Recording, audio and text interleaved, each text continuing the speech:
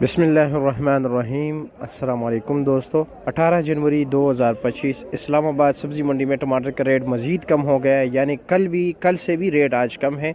तो जी फ़र्ज़ बनता है आप लोग 24 करोड़ आबादी है जी, कम से कम 1 करोड़ तक तो ये आवाज़ पहुंचना चाहिए और सारे मिलकर दुआ भी करें कि अल्लाह ताला खैर और रहमत वाला बारिश बरसाए हम पर। तो चलो जी, आज जो इस वक्त रेट चल रहा है इस्लामाबाद सब्ज़ी मंडी में 80 रुपये किलो से लेकर 100 रुपये किलो तक रेट चल रहा है। यक्का दुक्का केस में 110 चल रहा है, लेकिन वैसे ओवरऑल मार्केट में रेट चला है जी 80, 90 और 100 रुपये किलो टमाटर।